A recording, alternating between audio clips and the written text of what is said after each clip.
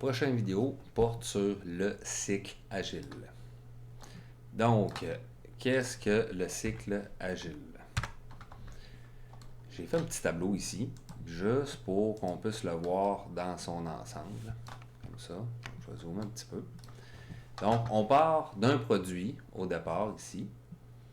Le produit, un jeu vidéo dans notre cas, va être constitué de livrables. Il va y avoir plusieurs livrables. Des livrables internes, des livrables externes. Bon, un sujet qui est à suivre. Dans ces livrables-là, eux, vont être composés principalement d'EPIC, qui est une francisation de EPIC, EPIC en anglais. Ces EPIC-là, on peut les voir comme étant des dossiers sur lesquels on va travailler. Donc, par exemple, le contrôleur du personnage principal, le premier ennemi ou le septième, la zone 2 du niveau 3 qu'on va être en train de développer. Donc, c'est des espèces de, vous pouvez voir comme des dossiers qui impliquent beaucoup de choses. C'est pas juste une chose, mais que quand ça va être terminé, on va vraiment avoir une grande valeur ajoutée dans le jeu, que ce soit sous forme de fonctionnalité ou de contenu. Ensuite de ça, ces épiques-là vont être composés de récits. On va voir un petit peu plus tard, qui est une francisation du terme story au user story, donc un récit utilisateur en français au complet. Plus court, on dit des récits, qui sont une nouvelle manière de définir qu'est-ce qu'on appelle couramment des tâches. Bon, vous pouvez voir ici, les récits sont composés de tâches, justement, donc on revient dans pas longtemps. Les récits sont associés à des épiques et sont placés dans ce qu'on appelle un chutier, qui est une francisation du terme backlog. Et qu'est-ce qu'on va faire en Agile? C'est qu'on va faire des sprints, donc des itérations courtes de 1 à 4 semaines. Le plus souvent qu'on peut voir, c'est 2 semaines. À l'école, je propose de faire des sprints d'une semaine d'abord pour avoir des itérations un peu plus fréquentes. Donc, un sprint, c'est quoi? C'est, admettons on se donne une durée de 2 semaines par sprint. Il y a déjà des épiques de placer dans un calendrier. Donc, c'est comme notre plan à long terme au niveau, pas trop détaillé. Les épiques les plus proches, dans le calendrier de la date actuelle, dans le fond, vont avoir été découpés en récits. Donc, il va y avoir des récits dans ces épiques-là. Et puis, en début de sprint, l'équipe va regarder la liste des récits priorisés, déjà, par l'équipe de gestion, le producteur et la direction. Et puis, ils vont prendre le premier, ils vont l'ajouter au sprint. Il va y avoir une séance d'estimation, soit avant la planification de sprint ou pendant. Ça, c'est au goût. Il y a des avantages et des désavantages. Et puis, l'équipe va en ajouter jusqu'à temps qu'elle se dise on en a assez pour 2 semaines. Donc, c'est l'équipe elle-même qui s'engage à faire des sprints. Très important. C'est pas quelqu'un d'autre qui vient dire à l'équipe voici votre sprint. Mais on va y revenir un petit peu plus tard. Donc, et là, il commence le sprint. Donc, le sprint de 2 semaines. Qu'est-ce qu'on va faire tous les matins? On va faire ce qu'on appelle un scrum. En anglais, on appelle ça un stand-up meeting. Donc, qui va être, dirigé par le Scrum Master. On est là. Tandis qu'ici, le chutier, c'est ce qu'on appelle le Product Owner, ou le gestionnaire de produits en français. Donc, un Scrum, c'est quoi? C'est toute l'équipe, en présentiel, toute l'équipe se met debout. Et maximum 2 minutes par personne, on répond à la question suivante. Qu'est-ce que tu as fait hier? Qu'est-ce que tu vas faire aujourd'hui? Et est-ce qu'il y a des problèmes? Donc, c'est vraiment les 3 questions. On va y revenir un petit peu plus tard, le pourquoi de ces questions-là. Mais je voulais juste commencer par une première vue d'ensemble de qu'est-ce qui est dans quoi pour que vous fassiez une meilleure idée de ce qui va suivre. Donc, on redescend ici, comme ça. 3.1.2 ne sert absolument à rien. On va l'effacer. Donc, L'autre point que je veux vous parler, répondre aux changements. Hein. On l'a vu un petit peu dans les principes dans l'autre vidéo. Donc, il faut être capable de s'adapter. Le principe 2, justement, accueillir positivement les changements de besoin, même tard dans le projet. Les processus agiles exploitent le changement pour donner un avantage compétitif aux clients. Donc, au départ, on faisait des logiciels un peu comme dans une usine de montage. C'était vraiment, OK, dans ce bout-là, on met ça, on en fait ça comme sur une chaîne, puis ça part. Pareil, comme dans le jeu vidéo, au départ, on faisait des jeux de la même manière qu'on faisait un film au cinéma. C'est pour ça qu'il y a encore les termes de direction, de producteurs qui sont associés à ça, dont l'ancien, malheureusement célèbre, GDD, Game Design Document, ou la Bible de jeu, dont on écrivait tous les règles du jeu d'avance comme si c'était un script de film. Mais tout peut tellement changer que tout planifier d'avance, c'est vraiment pas efficace, vous me voyez venir. Puis c'est un peu ça, l'esprit agile, c'est de permettre à l'équipe de pivoter. C'est carrément de changer, puis sans se sentir stressé, oh mon Dieu, il aurait fallu le savoir avant. C'est dans la nature humaine de s'inquiéter, c'est sûr et certain. Mais les processus agiles nous donnent des super de bons outils pour faire face à ce changement-là. Donc, c'est ça qu'on veut dire quand on parle de répondre au changement. C'est quoi les outils agiles qu'on a à notre disposition? On a le chutier, en anglais le backlog, justement, donc dans lequel les récits vont être placés, classés en épiques. J'ai écrit divisé, mais classés. Et puis, ces épiques-là sont déjà priorisés dans le temps. Et les récits même, eux, sont priorisés relationnellement par rapport aux autres à l'intérieur d'une épique. Donc, il y a juste le product owner ou gestionnaire de produit qui a le droit de changer la priorité d'un récit. Pourquoi quand on met juste une personne? C'est pas que d'autres personnes n'auraient pas de raison de vouloir le changer. C'est juste que si on permet à tout le monde de changer, de jouer dans le chutier, on n'a plus juste une tête qui comprend le projet s'en va où. Donc, on n'est pas en train de dire qu'il y a quelqu'un qui a un droit de vie, de mort sur le chutier, sur le calendrier du projet, etc. On est en train de dire que faut se consulter et que la personne responsable, le gestionnaire de produit, elle vient de faire les modifications, juste pour que ça passe au travers d'un seul et même esprit. Maintenant, on a parlé un petit peu des épiques. Fait que ces épiques-là sont des ensembles de fonctionnalités qui vont être divisées en récits, cohérentes ensemble et circonscrites. Je dis fonctionnalité, ça peut être aussi du contenu, bien entendu. Donc, ils doivent représenter une expérience testable et vérifiable au final. Fait que ce que je veux dire, c'est si on a une première épique qui est comme contrôle primaire du personnage, ben avec l'ensemble des récits qui la composent, à la fin, il faut être capable de contrôler notre personnage. Et là, on n'est pas en train de dire qu'on ne pourra pas réitérer notre personnage, lui rajouter des habilités plus tard, des choses comme ça. Hein? C'est une première itération qui amène une vraie valeur dans Manette, qui est, on se rappelle, notre seule mesure d'avancement. C'est la seule qu'on considère en agile. Qu'est-ce qu'on a dans la manette plus propice aux jeux vidéo, évidemment.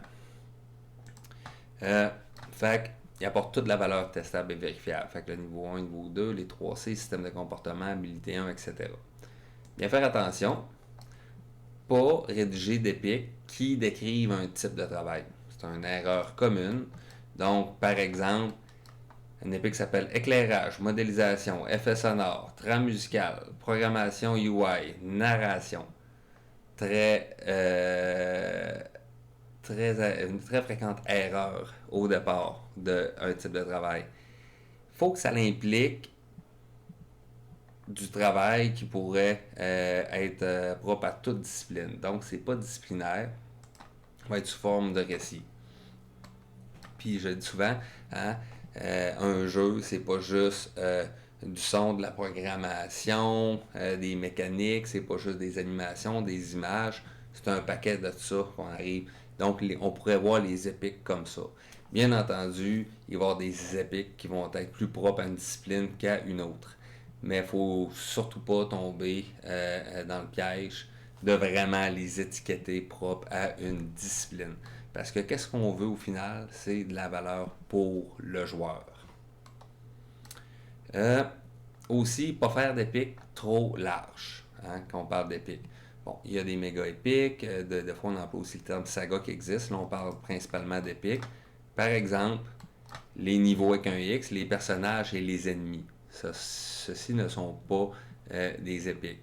Ça serait plus ennemis gobelins, personnages sorcières, niveau du désert, admettons. Donc, c'est quelque chose qui a un début, qui a une fin, qui apporte une valeur ensemble. Et il n'y a rien, mettons, qui nous empêche, dans le cas d'un niveau, de faire niveau du désert zone 1, même de le découper plus petit encore. Fait que plutôt niveau 1, niveau 2, niveau 3, roi nécromancien, cowboy, gobelins, zèques, truands. Le menu principal, le menu d'équipement, la carte monde, parce qu'un autre classique, c'est menu avec un S, justement. Euh, Comme ça, on veut pas ça, surtout pas. Donc, on poursuit. On est encore en train de parler des épiques, qui sont des ensembles de fonctionnalités ou de contenu. Je vais y aller comme ça, je vais le rajouter ici pour vous, ou de contenu. Je vais mettre un S, cohérent, ensemble et circonscrit. Et voilà.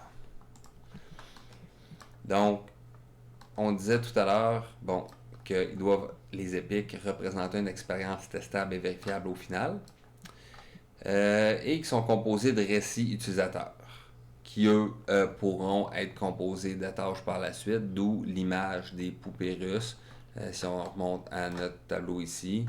Donc, il y a des tâches dans des récits, les récits sont dans des épiques, ici comme ça.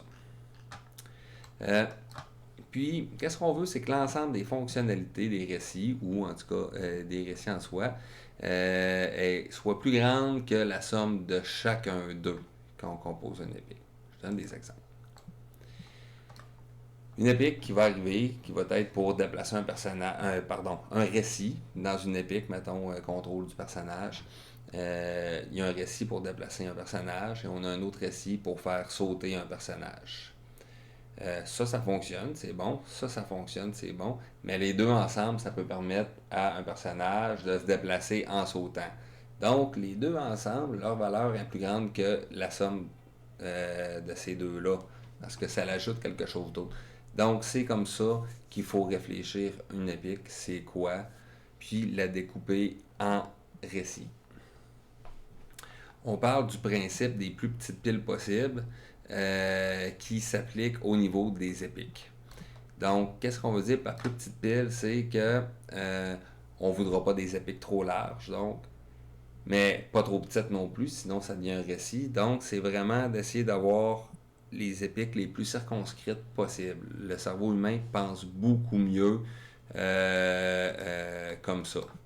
Fait qu'il n'y a pas une grosse épique qui s'appelle UI, mais on va faire une épique pour chaque menu ou interface UI dans notre jeu.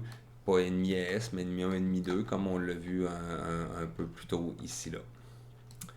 Et petit truc, les épiques ne contiennent jamais de verbe dans leur nom. Donc il n'y aura jamais programmer le système de reconnaissance de chemin. Ça va être système de reconnaissance de chemin ou système de pathfinding. Il n'y a pas programmé, il n'y a pas modélisé les personnages, c'est personnage cowboy. Enfin, donc, c'est plus descriptif, une déclaration. On est plus dans cette là qu'on veut nommer les épiques. Bon, on peut typer les épiques si vous le voulez, ça aide beaucoup. Donc, une épique fonctionnelle, c'est des épiques qui impliquent une fonctionnalité unique et tangible qui sera utilisée dans tout le jeu ou un système. Système d'intelligence artificielle, système de détection des joueurs, ou ça peut être un système d'inventaire, un système de quête, des choses comme ça. Peut-être, puis eux, encore là, pour être composé de plusieurs épiques dans lesquelles on va itérer. On va commencer par une plus petite version, puis après ça, chemin faisant, on va grandir ça. Euh, bon, elle va être accompagnée souvent de contenu. Pourquoi qu'on les accompagne de contenu? Parce qu'il faut se rappeler qu'Agile, hein, c'est le produit qui sert de mesure d'avancement. Donc, si on fait un personnage, ben, il faut voir un personnage. Il ne faut pas juste que ça fonctionne dans notre log. Fait qu'il faut le voir pour de vrai. Fait qu'évidemment, c'est ça. Puis souvent, les épiques fonctionnelles sont plus tôt dans notre calendrier de développement, qu'on va voir un peu plus tard. Pourquoi? Ben, parce qu'on a besoin des fonctionnalités pour supporter le contenu qu'on va intégrer, développer puis intégrer dans notre jeu.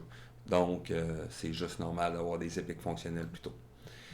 Fait que, pas oublier qu'ils sont quand même, c'est pas à cause sont fonctionnels qu'ils n'ont pas de contenu. Il faut que ça soit testable et vérifiable. On pourra aussi les appeler des épiques de système. Mais on ne veut pas trop rentrer dans les notions de design systémique, donc épique fonctionnel, ça va très bien. Épique de contenu, justement, c'est des épiques qui impliquent la création de contenu. Donc, c'est des choses que le joueur, ça va être très, très tangible pour eux. Les niveaux, les ennemis, les boss, les villages, les assets, les sons, bon, toutes ces choses-là, c'est du contenu qui, la plupart du temps, vont devoir d'abord reposer sur des fonctionnalités. Toute l'équipe de développement va pouvoir participer à ça. Faire un nouvel ennemi, c'est bien du contenu, puis ça ne veut pas dire que ça n'impliquera pas un programmeur ou un intégrateur. C'est juste que c'est du contenu qu'on est en train de faire testable. Tandis que le système de pathfinding, on va voir que c'est surtout des programmeurs, puis on peut utiliser un dummy en attendant pour le tester.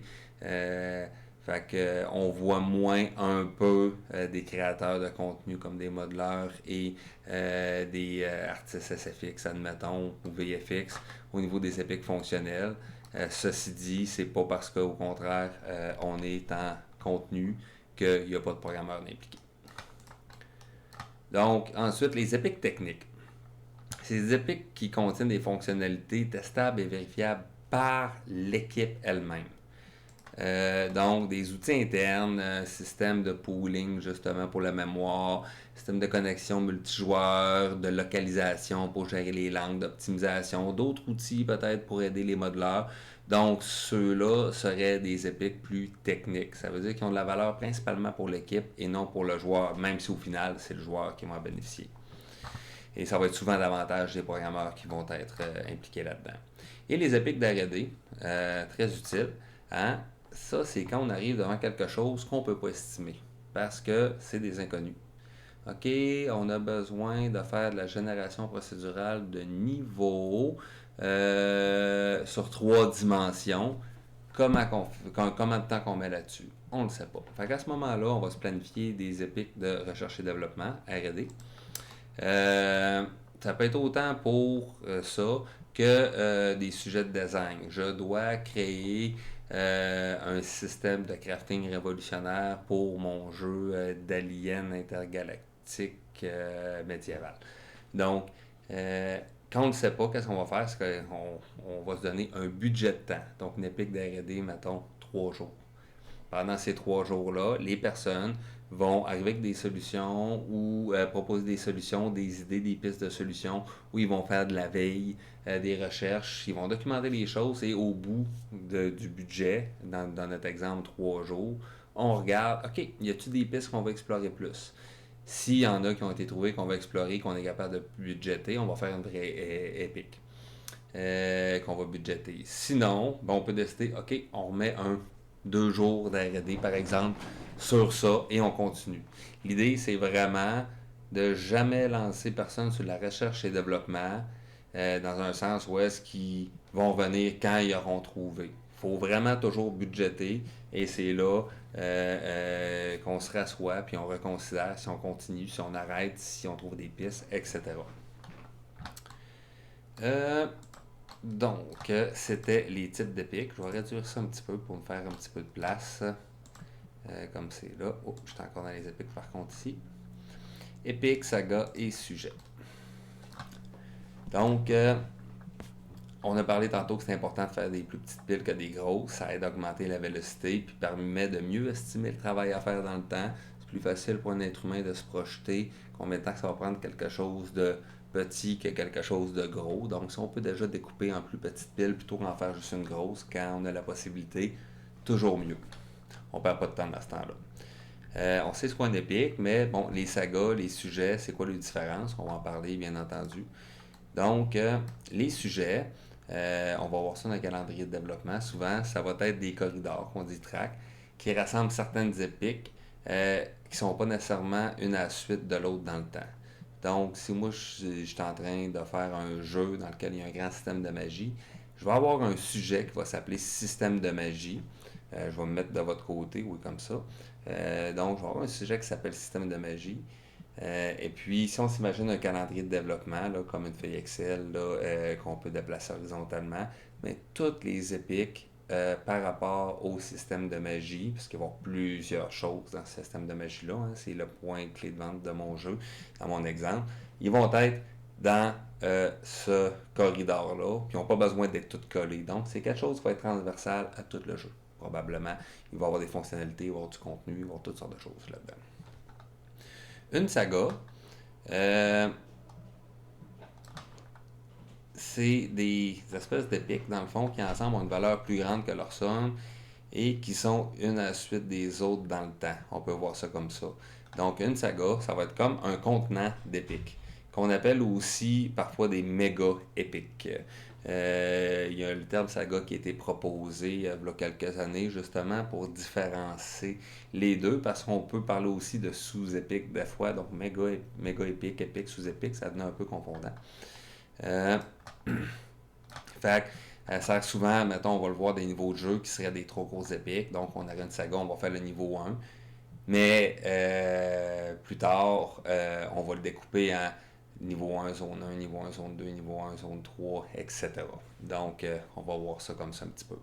Fait que souvent, quand on va se faire des calendriers de développement à très long terme, là, admettons sur 3-5 ans, on va commencer par aller se mettre des sagas ou des méga épiques dans un calendrier, une première proposition comme on pense, puis c'est sûr que ça sera pas le calendrier final, mais au moins ça va nous permettre d'itérer sur celui-là, de nous poser des bonnes questions. On a mis 10 niveaux, admettons, dans notre calendrier, puis ça nous a pris 8 mois à faire le premier. On peut encore en faire 10 tout de suite, ça nous donne un indice que ça fait pas de sens, donc c'est ça. Peut-être ajouter d'autres. Bon, c'est qu'est-ce que je viens de vous dire ici. C'est sûr que n'y a pas un jeu de pareil, là. Puis bon, qu'est-ce qui explique le différence, justement? Ben, c'est dans leur originalité, les propositions qu'ils contiennent, là. Souvent, ben, comme je dis, si on peut découper la documentation de design en plusieurs documents, pourquoi qu'on ferait une section différente dans un document? Ben, ça serait ça un peu qu'est-ce qui serait une saga, un petit truc, mais tu sais, je vais vous accompagner là-dedans, on va le voir. Un document à part complètement sur un sujet, ben ça serait un sujet.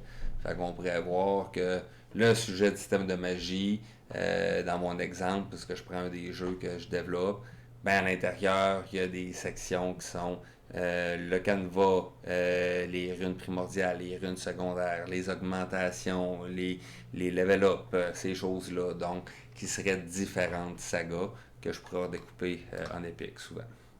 Et les épiques, on en a parlé, mais c'est la plus petite pile de travail qu'on va budgéter en temps. Ça veut dire qu'il va y avoir un début et une fin. On essaie de faire les plus petites piles possibles.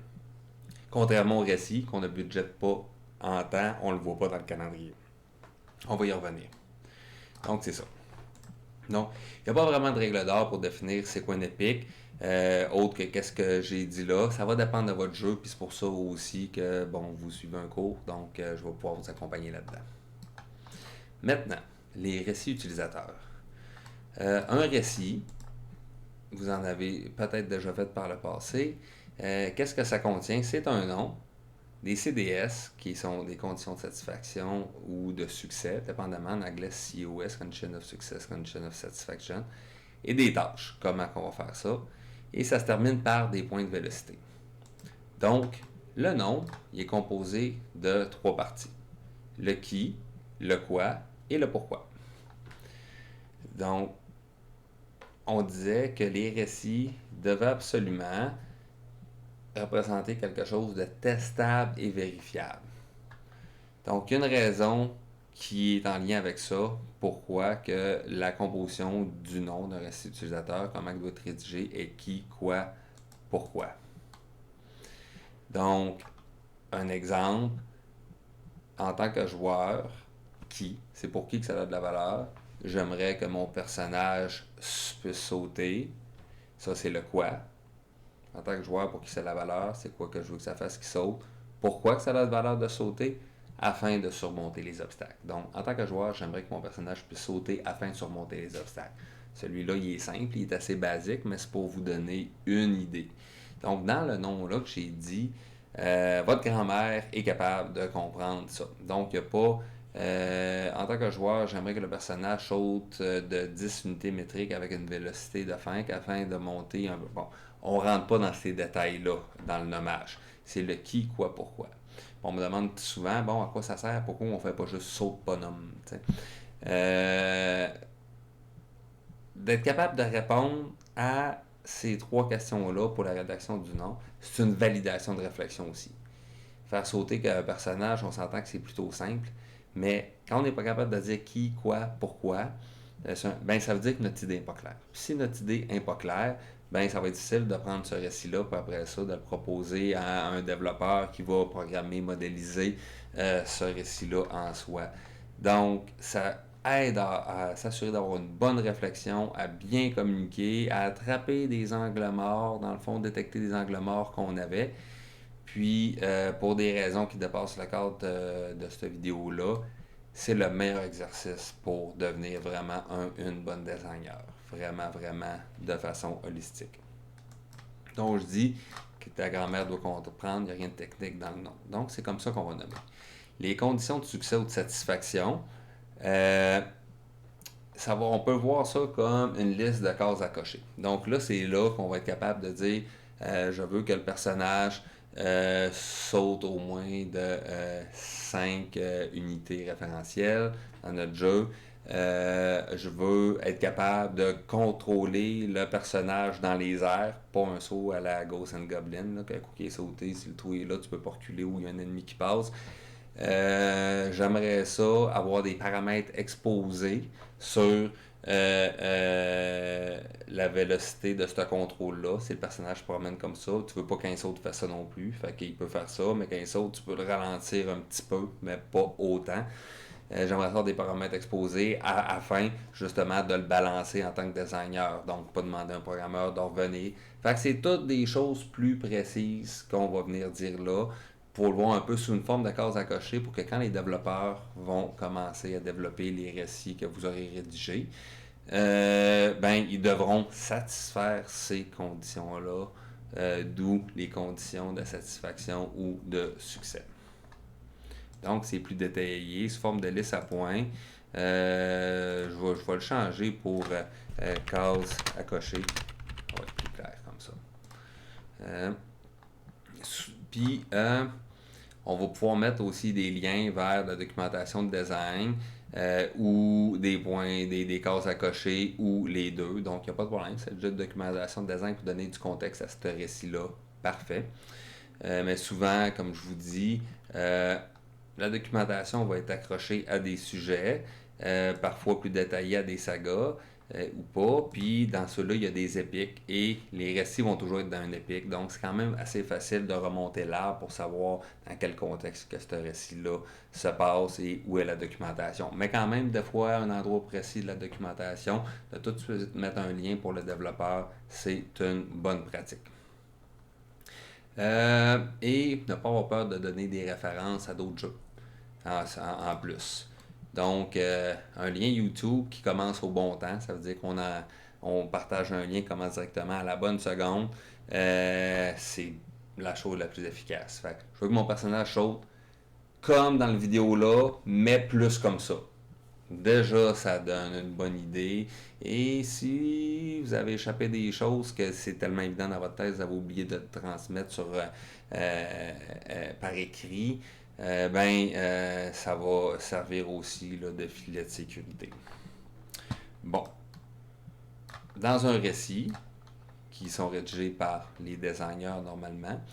Et je vais faire une petite parenthèse, même si j'en parle pendant la classe. Quand je parle de designers, c'est pas nécessairement juste des designers de jeux, mais des designers avec un D majuscule. Ça veut dire ceux qui préparent le travail à faire développer par les développeurs.